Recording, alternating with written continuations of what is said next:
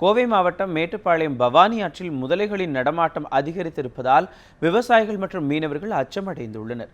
மேட்டுப்பாளையம் பவானி நதிக்கரையான குனுக்கமவுடு, புதுக்காடு உள்ளிட்ட இடங்களில் அண்மை காலமாக முதலைகள் நடமாட்டம் அதிகரித்துள்ளதாக அப்பகுதி மக்கள் தெரிவிக்கின்றனர்.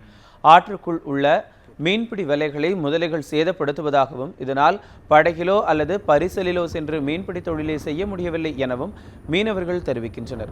தற்போது பருவமழை தொடங்கும் காலம் என்பதால் முதலைகளின் நடமாட்டம் அதிகமாவது இயல்புதான் என்றும், எனினும் பொதுமக்களுக்கு பாதிப்பு ஏற்படாத வகையில் நடவடிக்கை எடுக்கப்பட்டு வருவதாகவும் வனத்துறை அதிகாரிகள் தெரிவித்துள்ளனர்.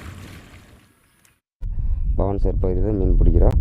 ஆனால் நாங்கள் டேமுக்குள்ளே மீன் பிடிச்சி கட்டி வச்சோம்னா அந்த முதல்ல அந்த பெரிய முதல்ல அந்த 1.5 டன் முதல்ல எங்கள் மீனை பூரா எடுத்துகிட்டு போய் தின்னு ஓடுது.